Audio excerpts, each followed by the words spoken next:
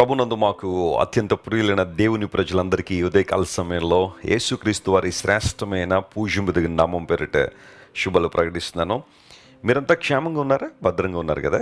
ప్రతిరోజు మీకోసం ప్రత్యేక ప్రార్థనలు జరుగుతున్నాయి. క్రైస్ట్ వర్షిప్ సెంటర్ అనేది దేవుని చేత ఏర్పాటు చేయబడిన సంఘం. ఒక దర్శనము ద్వారా, ఒక పిలుపు ద్వారా అనేక మందికి దేవుని యొక్క వాక్య పరిచర్య చేయడానికి, మీ అందరి కోసం ప్రార్థన చేయడానికి ఏర్పాటు చేయబడిన పరిచర్య. దేవుడు మా మీద పెట్టిన బాధ్యతను నమ్మకంగా నెరవేరుస్తూ దేవుని వాక్యాన్ని ఉన్నట్టుగా మీకు అందించడం ద్వారా ప్రభు కొరకు మీరు తీసుకునే నిర్ణయాల మీద మీ ఆశీర్వాదాలు ఆధారపడి ఉన్నాయి. ప్రతిరోజు దేవుని వాక్యాన్ని మనం ధ్యానం చేస్తున్నాము. ప్రాముఖ్యంగా బైబిల్ గ్రంథంలో ఉన్న వాగ్దానాలు జ్ఞాపకం చేసుకుంటున్నాం. బైబిల్లో ఎన్నో ఆజ్ఞలు ఉన్నాయి, సూచనలు ఉన్నాయి, వాగ్దానాలు ఉన్నాయి, ప్రవచనాలు ఉన్నాయి. అయితే ప్రతి ఉదయాన్నే ఒక వాగ్దానాన్ని మనం వినడం ద్వారా ఆ రోజంతట్లో కావలసిన శక్తిని, బలాన్ని మనం పొందుకుని ప్రభువుని స్తుతించగలుగుతున్నాం. ఈరోజు వాగ్దానం కోసం కనిపెడుతున్నారు కదా? పరిశుద్ధ గ్రంథం తెరిచి కీర్తనల గ్రంథం 22వ కీర్తన 29వ వచనాన్ని చదువుకుందాం. Psalm 22 and verse 29. భూమి మీద వర్ధిల్లుచున్న వారందరూ అన్నపానములు పుచ్చుకొనుచు నమస్కారము చేసెదరు. తమ ప్రాణము కాపాడుకొనలేక మంటిపాలగు వారందరూ ఆయన సన్నిధిని మోకరించెదరు. రెండు ప్రాముఖ్యమైన విషయాలు భక్తుడైన దావీదు ఇక్కడ ప్రస్తావిస్తున్నాడు. భూమి మీద వర్ధిల్లుచున్న వారందరూ అన్నపానములు పుచ్చుకొనుచు నమస్కారము చేస్తారని. ఇది చాలా ఆలోచించాల్సిన మాట. నమస్కారము అని ఉన్న చోట హిబ్రూలో షాఖా అనే మాట వాడబడింది. షాఖా అనగా వర్షిపింగ్ ద లార్డ్. దానికి మరొక పదం ఏంటంటే ప్రాస్ట్రేట్ అనే పదం వాడారు. అంటే సాగిలపడిపోవడం, దేవుని సన్నిధిలో సాగిలపడి ఆయన్ను పూజించడం. మన క్రైస్తవ సంఘాల్లో ఒక పాట తరచుగా పాడుతుంటాం, సాగిలపడి మ్రొక్కెదము అనే ఆ పాట. చాలా బాగుంటుంది కదా? అన్ని సంఘాల వారు ఆ పాట పాడుతూ ఉంటారు. దేవుని సన్నిధిలో సాగిలపడడం అంటే అర్థం ఏంటో తెలుసా? సంపూర్ణంగా తమను తాము సమర్పించుకోవడం, సర్వాంగములను దేవునికి సమర్పించుకోవడం, అది దాని అర్థం. బైబిల్ ఎంతోమంది ప్రభు ఎదుట సాగిలిపడినట్టుగా మనం చూస్తాం. ఫర్ ఎగ్జాంపుల్, అబ్రహాం జీవితాన్ని పరిశీలన చేస్తే ఎన్నో సందర్భాల్లో అబ్రహాము దేవుని ఎదుట సాగిలిపడ్డాడు. అబ్రహాం ఏమన్నా సామాన్యుడా? లోకరీతిని మనం ఆలోచన చేస్తే, భౌతికమైన పరిస్థితులను ఆలోచన చేస్తే అబ్రహాము చాలా ధనవంతుడే. అతని ఇంటిలో పుట్టి అలవరచబడిన వారు 318 మంది పనివాళ్ళు ఉన్నారట. ఎవరింట్లోనైనా 300 మంది పనివాళ్ళు ఉన్నారంటే ఆ పరిస్థితి ఎలా ఉంటుందో మీరు ఊహించండి ఒకసారి. కాలు కింద పెట్టకుండా పరిచర్య చేసేవాళ్ళు అంతమంది ఉన్నారంటే ఇంకా వాళ్ళ యొక్క భోగము, వారి యొక్క ఉద్దేశాలు చాలా విచిత్రంగా ఉంటాయి. కానీ అబ్రహాములో ఉన్న తగ్గింపు, దేని మనసు ఏంటంటే దేవునికి సంబంధించిన విషయాల్లో దేవుడు అనే పదం వినగానే, సర్వశక్తుడు అనే మాట వినబడగానే సాగిలపడ్డం నేర్చుకున్నాడు. మన జీవితాల్లో అలాంటి అనుభవంలోనికి రావాలని దేవుడు కోరుతున్నాడు. దేవుడు ఆత్మ కనుక ఆయన ఆరాధించువారు ఆత్మతోనూ సత్యముతోనూ ఆరాధించాలని, వినమ్రతతో దేవుని సేవించాలని, దీనత్వంతో దేవుని మహింపరచాలనే దేవుడు ఆశిస్తున్నాడు. నీ ఆరాధన విధానం ఎలా ఉంది? దేవుని స్తుతించే విధానం ఎలా ఉంది? వారు వచ్చి నమస్కారం చేస్తారనగా సాగిలపడి దేవుని స్తుతిస్తారు. ఎందుకంటే భూమి మీద వర్ధిల్లుచున్న వారందరూ, అక్కడ వర్ధిల్లుట అనే పదం దగ్గర హిబ్రూలో డెషాన్ అనే పదం వాడారు. దాని అర్థం ఏంటంటే ఫ్యాట్ అని అర్థం, బీయింగ్ ఫ్యాట్.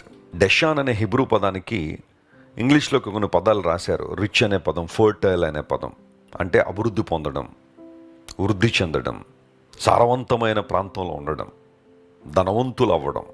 ఈ పదాలన్నీ కూడా ఆ మాటకు అర్థాలుగా వస్తూ ఉంటాయి. వర్ధిల్లుచున్న వారందరూ. ఒక మాట నేను చెబుతాను చూడండి. కొంతమంది తమ సొంత జ్ఞానంతో, తమ సొంత శక్తితో వర్ధిల్లాలని ప్రయత్నం చేసేవాళ్ళు ఉన్నారు. కానీ నిజమైన అభివృద్ధి, నిజమైన వర్ధిల్లుట అనేది దేవుని దగ్గర నుండి రావాలి. ఆయన దగ్గర నుండి వచ్చే అభివృద్ధి, ఆయన ఇచ్చే వర్ధిల్లే అనుభవాలు శాశ్వత కాలం ఉంటాయి. తర్వాత తరాలకు కూడా దీవెనకరంగా ఉంటాయి. ఎంతోమంది ఈ భూమి మీద ధనికులైన వారు ఆ భోగం అంతా కూడా వారు చనిపోయిన తర్వాత పోయినట్టుగా మనం చూస్తాం. లేదా ఆ వైభోగం అంతా కూడా వారితోనే గతించిపోయింది. ఆ తర్వాత తరాల వారందరూ కూడా భయంకరమైన పరిస్థితుల్లో నెట్టివేయబడి మనం చూస్తాం. కానీ నీతిమంతుల పిల్లలు విడవబడ్డం నేను చూడలేదన్నాడు. వారి పిల్లలు భిక్షమెత్తడం నేను చూడలేదన్నాడు. ఎందుకంటే దేవుని ఆశీర్వాదాలు కేవలం మన మీద మాత్రమే కాకుండా మన తరాల మీద కూడా వస్తున్నాయి. దేవుడు మన తరాలను కూడా ఆశీర్వదిస్తారు. ఈరోజు నీ భక్తి, నీ ఆరాధన, దేవుని పట్ల నీకున్న విశ్వాసం, అచంచలమైన విశ్వాసం, పరిపూర్ణమైన భక్తి, యథార్థమైన ఆరాధన నిన్ను నిలబెట్టడం మాత్రమే కాదు, నీ తర్వాత తరాల వారిని కూడా నిలబెడుతుంది. దేవుడు నిన్ను వర్ధిల్లింపు చేస్తున్నాడు. ఆయన మందిరములో నాటబడి మనం వర్ధిల్లుచున్నామని బైబిల్లో రాయబడిన రీతిగా దేవుని సన్నిధిలో నువ్వు వర్ధిల్లాలని ప్రభు కోరుతున్నాడు. చాలామంది పెద్దలు పిల్లల్ని ఆశీర్వదిస్తుంటారు, నువ్వు వర్ధిల్లుదువుగా. కానీ అయితే నిజమైన వర్ధిల్లడం దేవుని సన్నిధిలోంచి జరగాలి. దేవుడు మనల్ని అట్టి విధానాల్లో దీవించినందుకు మనం ప్రభువును స్తుతించాలి. ఒకవేళ ఈరోజు నీ జీవితం ఇంకా గొర్రెకు బెత్తుడు తోకన్నట్టే ఉందా? ఎక్కడ వేసిన గొంగళి అక్కడే అన్నట్టుగా నీ జీవితంలో ప్రతి పరిస్థితి ఆగిపోయి ఉందా? ఈరోజు దేవుడు నీతో మాట్లాడుతున్నాడు. ఈ భూమి మీద నువ్వు వర్ధిల్లాలని దేవుడు ఆశిస్తున్నాడు. ఎందుకంటే నువ్వు అన్నపానములు పుచ్చుకొని హృదయపూర్వకంగా దేవునికి నమస్కారం చేస్తావని, ఆయన ఆరాధిస్తావని, ఆయన ఘనపరుస్తావని, ఆయన మహింపరుస్తావని. ప్రియ దేవుని బిడ్డలారా, గమనించండి, దేవుని నుండి మేలులు అనుభవించడం ఒక ఎత్తు అయితే, ఆ అనుభవిస్తున్న మేలులకు కృతజ్ఞత తెలియజేసినప్పుడు దేవుడు మరిన్ని గొప్ప కార్యాలు మన జీవితంలో జరిగిస్తాడు. ఆశ్చర్యకార్యాలు జరిగించడానికి దేవుడు సామర్థ్యం కలిగిన వాడే. ఆయన ఎప్పుడు కూడా శక్తిహీనుడు కాదు, బలహీనుడు కాదు. ఆయన తన బిడ్డలను మర్చిపోయేంత పరిస్థితులు ఆయన లేడు. నిన్ను నన్ను జ్ఞాపకం చేసుకుని బలమైన కార్యాలు జరిగిస్తాడు. మంటిపాలగు వారు ఆయన సన్నిధికి వచ్చి మోకరిస్తారు. నిజంగా మనందరం మంటివారమే. మనలో ఏ ఒక్కరు కూడా బంగారంతో చేయబడిన వాళ్ళు ఏం కాదు కదా. మంటి నుండి తీయబడ్డం, మంటిలోకి వెళ్ళిపోతాం. అయితే మంటివారమని మనం గుర్తించి ఆయన మీద ఆధారపడినప్పుడు తన మహిమైశ్వర్యంతో దేవుడు మనల్ని నింపుతున్నాడు. ఆయన సన్నిధిలో మోకరించగలిగే ఆధిక్యత దేవుడు మనకిచ్చాడు. నేను మాట చెబుతాను, దేవుని సన్నిధిలో నువ్వు మోకరించగలిగితే ప్రపంచంలో ఎక్కడైనా నిలబడగలవు. ఎక్కడైనా ఎవ్వరి ముందైనా తల వంచకుండా నిలబడగలవు. ఎప్పుడో తెలుసా? నువ్వు దేవుని సన్నిధిలో మోకాళ్ళు వేసినప్పుడు. ఈ వాగ్దానం ఎంత చక్కగా ఉంది కదా. ప్రభువుని స్తుతిద్దాం. ఆయన మనల్ని వర్ధిల్లింపజేసే దేవుడు, అన్నపానములు దయచేసే దేవుడు. ఆయన సన్నిధిలో మోకరించినప్పుడు తగిన శక్తిని, బలాన్ని దేవుడు మనకిచ్చి తన మహిమైశ్వర్యంతో మనల్ని నింపుతాడు. కనుక ఈ వాగ్దానాన్ని ఈరోజు క్లెయిమ్ చేసి ప్రభువుని స్తుతించండి, ఆయన వైపు చూడండి. ఖచ్చితంగా మీ జీవితంలో అద్భుతాలు జరుగుతాయి. ప్రార్థన చేసుకుందాం. ప్రేమగల తండ్రి, గొప్ప దేవ, ఆశ్చర్యకరుడా, నీకు స్తోత్రాలు. ఇంతవరకు నువ్వు మాకు ఇచ్చిన ప్రతి వాగ్దానాన్ని బట్టి నీకు స్తోత్రాలు చెల్లిస్తున్నాం. భూమి మీద మేము వర్ధిల్లాలని, అన్నపానములు పుచ్చుకుని ప్రభువా హృదయపూర్వకంగా ఆరాధించే వారంగా ఉండాలని మీరు కోరుతున్నందుకు నీకు వందన స్తోత్రాలు చెల్లిస్తున్నాం. ఈ వాగ్దాన సందేశాన్ని మా ప్రియులు ఎక్కడెక్కడ నుంచి వింటున్నారో వారందరినీ మీరు ముట్టండి, బలపరచండి. మార్నింగ్ వాకింగ్ చేస్తూ నీ మాటలు వింటున్నారో వారిని కూడా మీరు తాకండి, ఆయన అద్భుతాలు చేయండి.